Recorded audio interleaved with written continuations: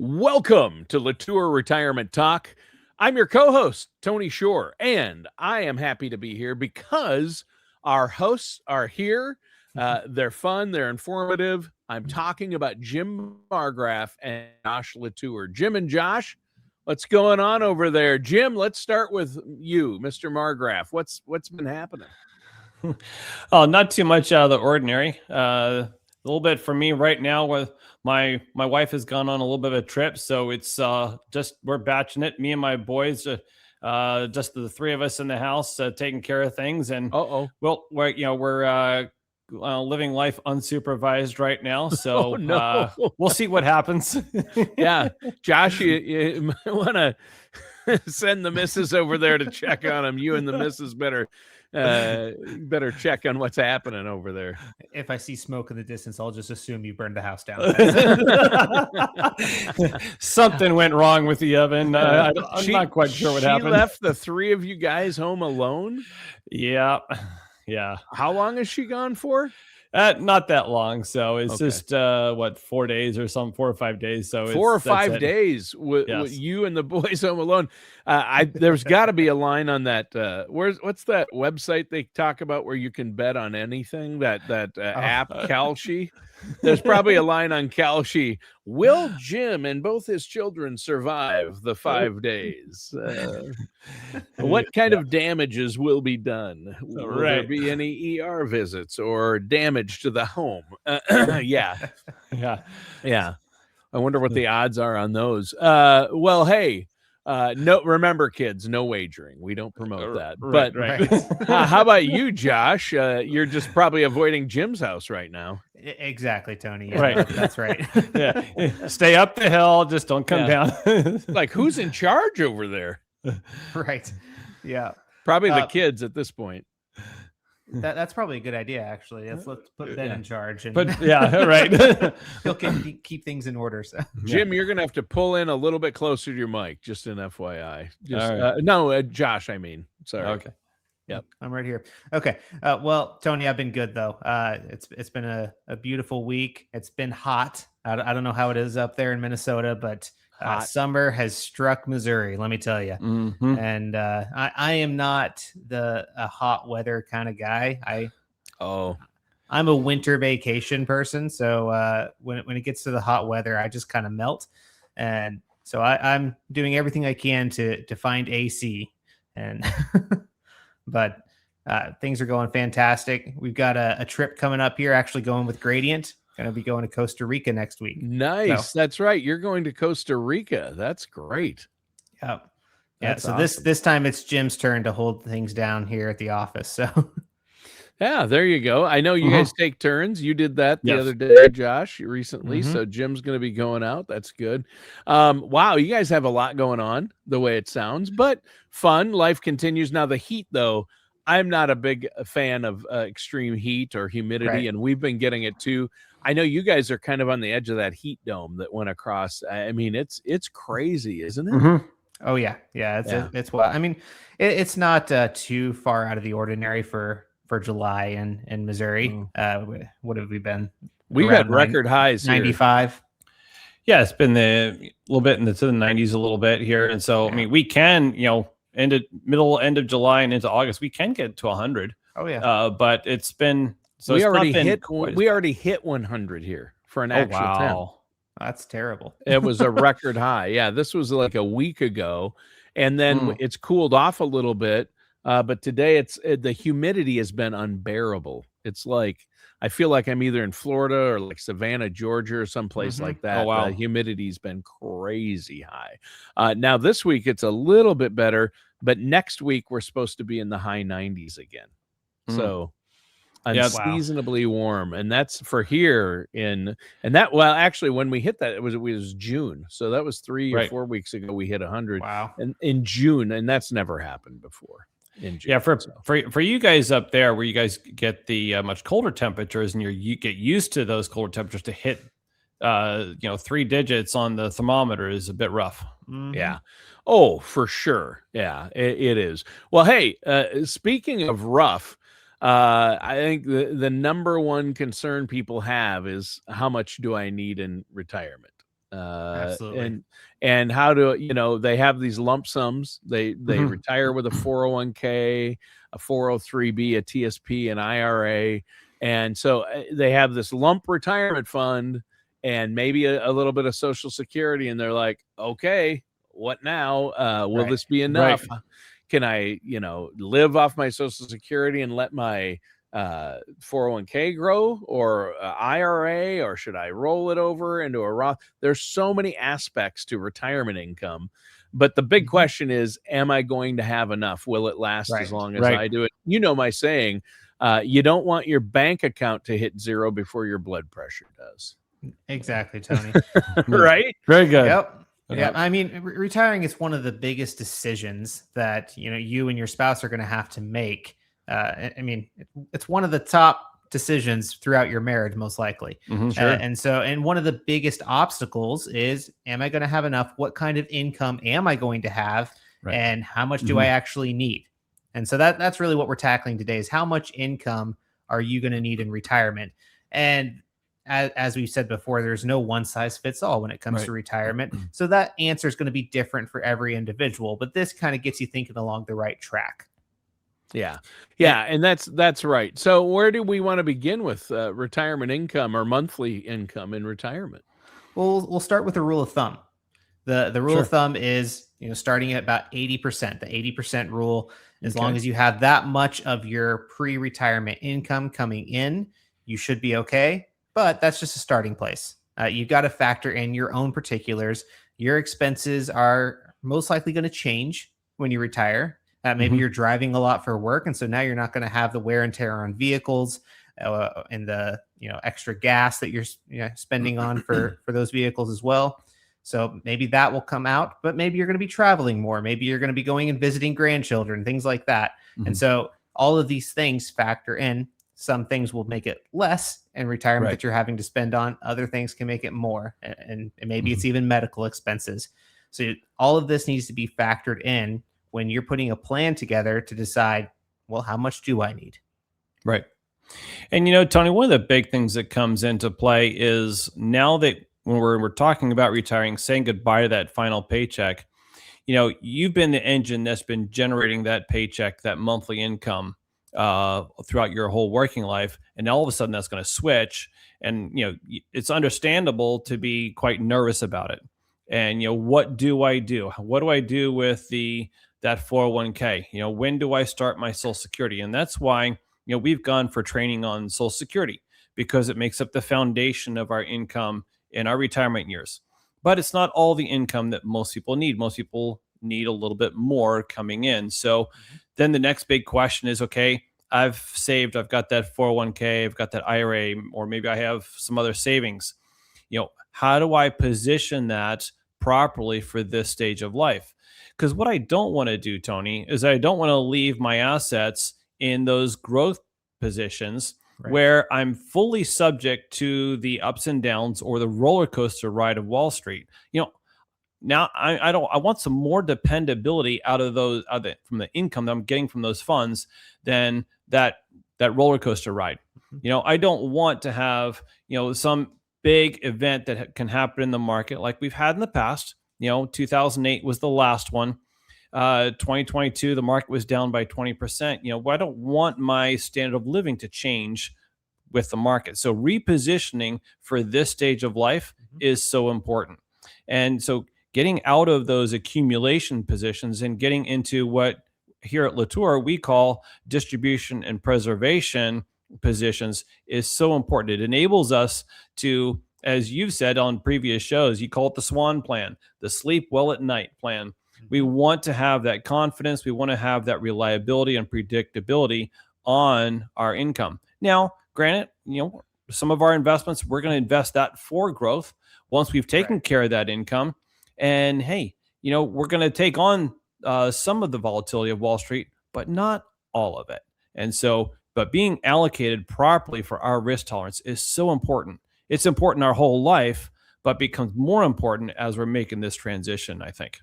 Definitely. And I think that it's huge because you have so many things to take into consideration, especially when you're looking at it on a monthly basis too, like you say, housing, utilities, expenses. And I think it's good to separate it out. What do I need? What are my living expenses? And then what do I need for other things, right? Yeah, absolutely. And Jim alluded to something. I think one of the big obstacles that you meet when you're facing the possibility of retirement, it's a psychological obstacle because you're stepping into the unknown, and there's a lot of factors when it comes to that decision. And so something that helps a lot, you've got the fear of the unknown. Well, let's figure out what we do know, and that's part of formulating a plan.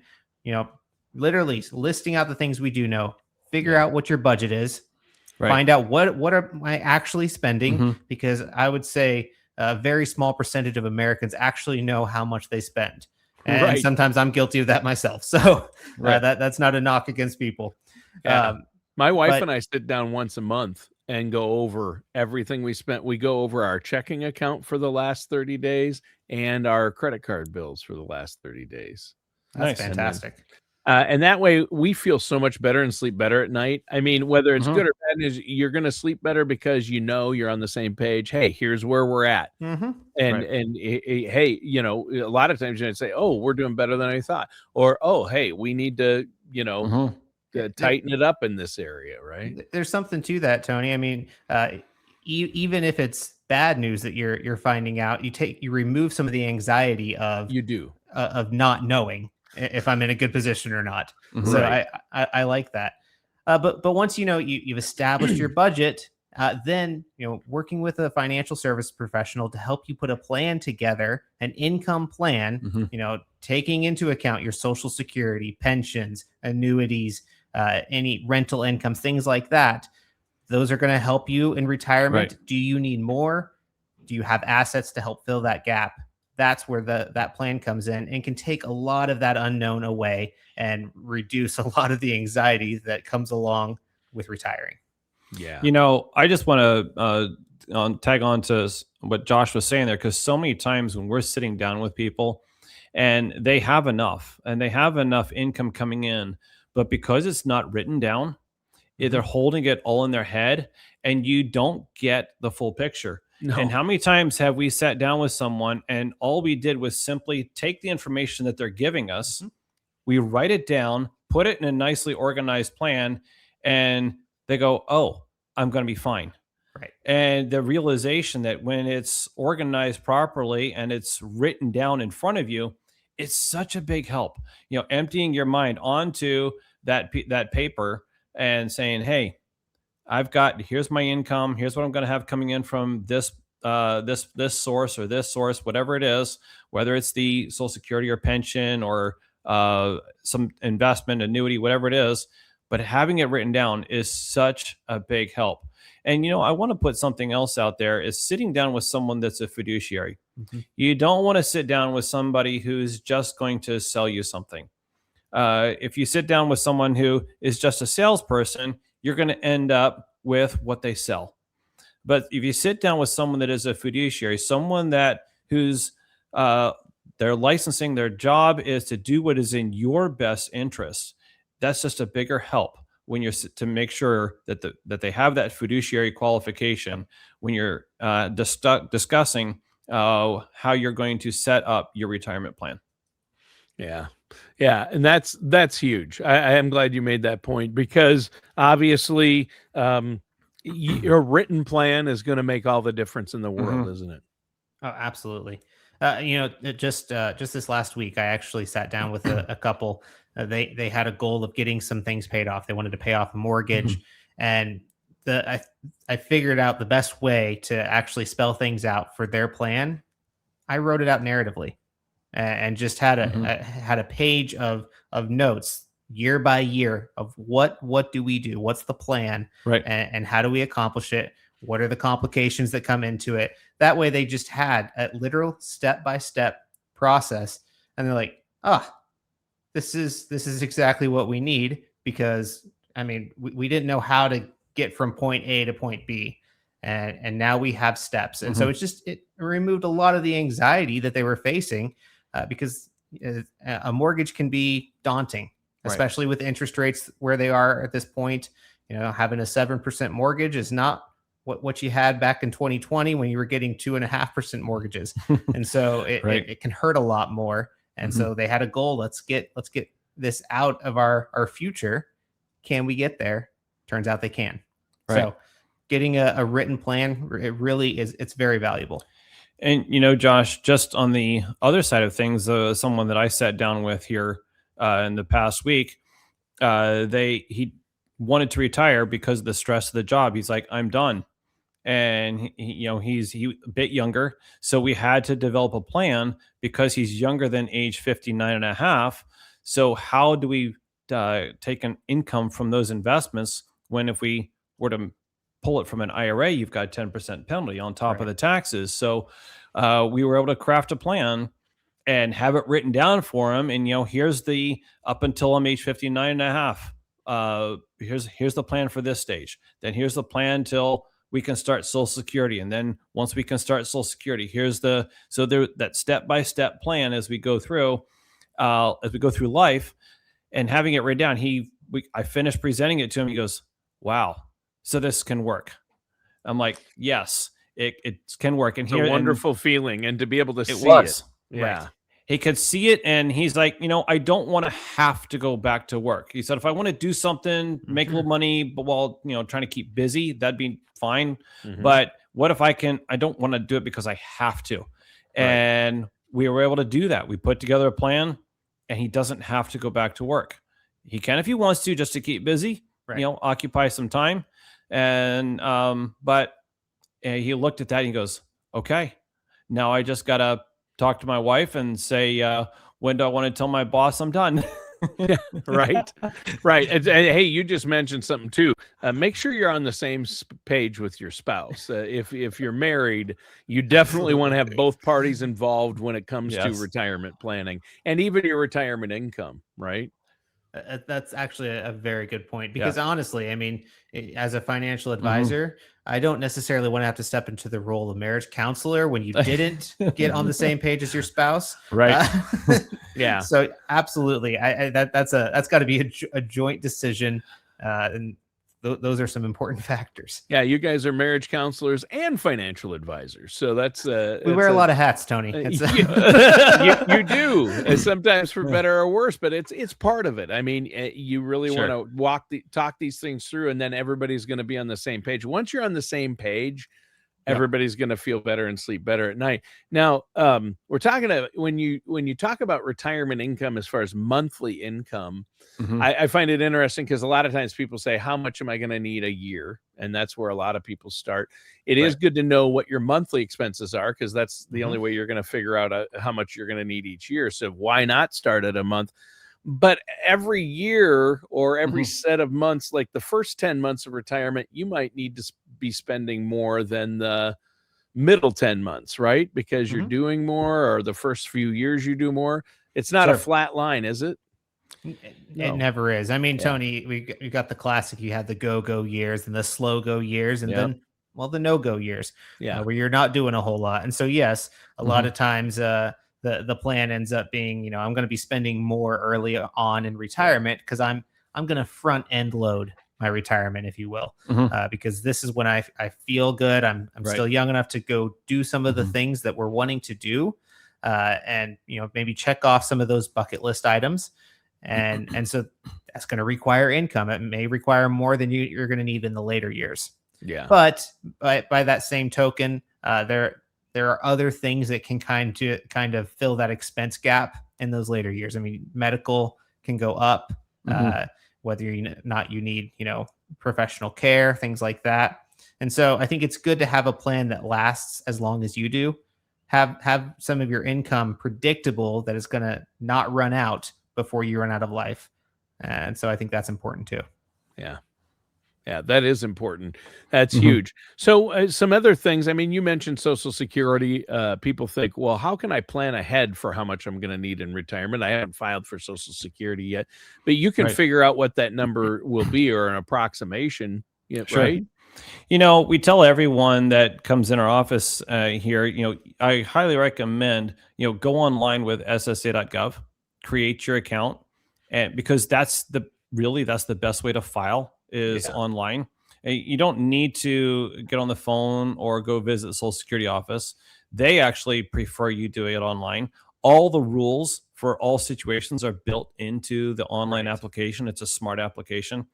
But when you go online, you can see, well, if I start my Social Security at 64 or maybe at 65 when I can start Medicare, or full retirement age is 67, or maybe I wait till 70. How much is my benefit going to be at those different ages? It shows it all there online for us. And then, that forms the basis of our income in retirement.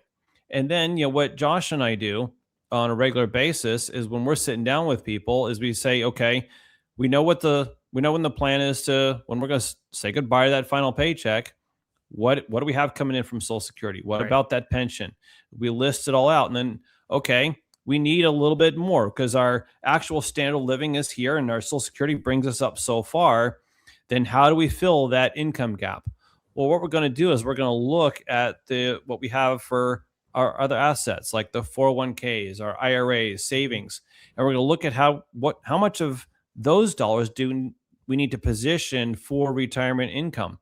And then once we've satisfied and filled that gap, then the rest of the funds can be invested to add some cushion to our retirement income. So maybe I want to do the extras, or take the whole family on a vacation. What are some of those bucket list items that we want to do? It can come from those cushion dollars, but those nest egg dollars, that predictable standard of living, we want to get that set. And it does really, having that all listed out, having a plan in place, can't emphasize that enough, is so beneficial. It really does take the worry and the anxiousness out of stepping out the door and saying goodbye to that final paycheck. Yeah, that's huge. That is huge. So all of these things we've been discussing are very important. What's something else that we need to know to figure out if we're going to have enough, or what our monthly retirement income needs to be? Well, Tony, I want to address another one of the rules of thumb, and that is the 4% rule. And I think that's one that most people are pretty familiar with, saying that you can withdraw 4% of your investments as long as you leave them in the right 60-40 split of stocks and bonds, and you're not taking on too much risk. It's going to last you for 30 years in retirement, and you're going to be just fine. Well, the problem is that doesn't take everything into consideration. Right. It doesn't factor in some of the volatility that we've seen in the market. In the 2000s, we had a lot of volatility in the market that really disrupted that apple cart. And so taking 4% out actually could have ended up hurting people. And it's not just the stock market that has volatility, but so does the bond market. And so when we're relying on those bonds for that safety, and we still have a lot of volatility there, that can also hurt you. And the other thing that it may not take into consideration is taxes. Taxes are another really big part of a retirement plan. And so making sure that that's factored in, I think is just so important, because these traditional IRAs, the 401ks that we've been contributing to, they're all taxable accounts. So when we go to start taking distributions, and let's say that you're not someone who really needs to be taking distributions from your IRA. Well, there's going to be a certain age that, too bad, you're going to have to start taking those distributions. Once you reach age 73, you've got to take required minimum distributions, like it or not, and you're going to have some taxes that go along with that. So making sure that's something that you're factoring in, and you're not just surprised about it come 73, I think that's important. That's huge. Well, hey, and that all of this brings us to one of the key points of making sure you have enough monthly income in retirement to cover everything you need to cover and to last as long as you do. You're really looking at two factors. You've got to have enough to cover each and every month, and it has to last as long as you do. And really, this leads to working with financial professionals like yourself, because you are the ones that will help maximize Social Security, minimize those tax burdens that you're talking about, So I think that's a key part of this too. Making sure you have enough each month is by working with someone like yourself. I mean, this is what you help people do, right? It is, Tony. This is what we do all the time. And, so many times we do get people that come in, they've done a great job of saving, but what do I do now? Right. How do I take this lump sum of money and turn it into a lifestyle in retirement? And, there's so many unknowns. What tool is best? Is it stocks? Is it bonds? There's other tools that come into play as well. And so, how do we do this? That's what Josh and I do day in, day out to help people and give them a piece as far as what their retirement is going to look like. Right. Yeah. Yeah. I think that's really important. And obviously, if you try to go it alone, you can't just do what your neighbor did or get advice from a coworker, because your situation is different. And there are so many expensive mistakes, costly mistakes that can be made if you're not working with a fiduciary financial professionals like yourselves. I think that's huge. So, get help, maximize the Social Security, do what's right for your situation. Don't do what your neighbor did. Minimize that tax burden, and your tax situation is going to be different than anyone else's. And that's why you guys, I know you're giving out some general, hopefully helpful advice today on the show, but to really help somebody come up with that written plan, they need to get a hold of you personally, sit down, and you and your team there at LaTour Asset Management, you guys have a no charge, no obligation consultation that you're offering our viewers and listeners, right? That's absolutely right, Tony. Yeah. The thing is, with retirement, it's not just about a number. It's about being able to live your life free of anxiety. You don't want to have to be worrying about what that number is. Sure. So if you're needing a good solid plan to make sure that you can step into retirement without those worries, give us a call. Our number is 417-641-3497. And our website is latourasset.com. All right. Well, a great show, great topic today. Listeners and viewers, thanks for tuning in. That does it for today's episode of LaTour Retirement Talk with our hosts, Jim Margraf and Josh LaTour.